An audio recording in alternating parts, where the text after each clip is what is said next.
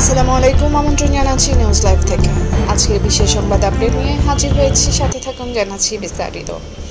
আজকের সবচেয়ে আলোচিত খবর, বাংলাদেশ সাবেক প্রধানমন্ত্রী শেখ হাসিনা ও তার ছেলে সজীব ওয়াজেদ জয়ের বিরুদ্ধে ইন্টারপোলের রেড নোটিশ জারির আনুষ্ঠানিক আবেদন করেছে বাংলাদেশ সরকার।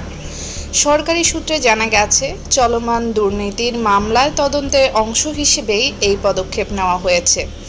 রেড নোটিশ ইস্যু হলে বা আন্তর্জাতিক পর্যায়ে তাদের গ্রেপ্তার ও দেশে ফেরত আনার প্রক্রিয়া সহজতর হবে। আইন বিশেষজ্ঞরা বলছেন, এই ধরনের নোটিশ শুধু দেশের অভ্যন্তরেই নয়, আন্তর্জাতিক অঙ্গনেও বড় ধরনের প্রভাব ফেলতে পারে। কারণ ইন্টারপোলের মাধ্যমে কোনো দেশের আইন প্রয়োগকারী সংস্থা সরাসরি সহযোগিতা চাইতে পারে বিশ্বের অন্যান্য দেশ থেকে।